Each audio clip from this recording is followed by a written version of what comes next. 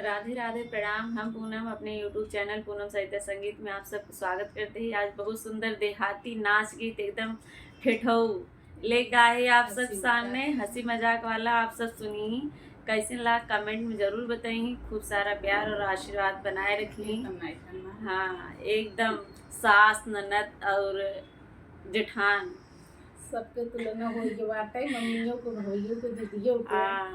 आप सब सुनी एकदम देसी अंदाज में। हम हूँ अपने नैहर के दुलारी हो बलमुआ, हम हूँ अपने नैहर के दुलारी हो बलमुआ, दुलारी हो बलमुआ, दुलारी हो बलमुआ, हम हूँ अपने नैहर के दुलारी हो बलमुआ, हम हूँ अपने नैहर के दुलारी हो बलमुआ।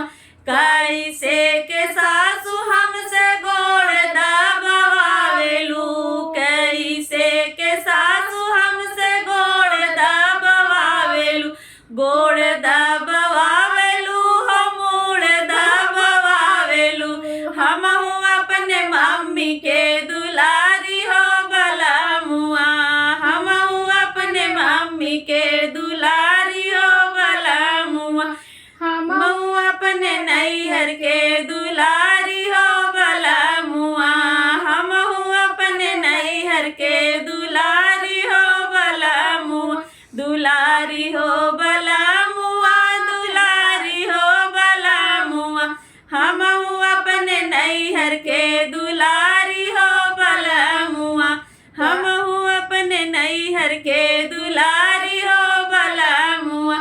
कैसे के जठनी हमसे रोटी बनवावेलू, कैसे के जठनी हमसे रोटी बनवावेलू, हम अपने भाभी के दुलारी हो बलमुआ, हम अपने भाभी के दुलारी हो बलमुआ, दुलारी हो बलमुआ, दुलारी हो बलमुआ, हम अपने नैहर के दुलारी हो बलमुआ, हम अपने नैहर के दुलारी हो बलमुआ।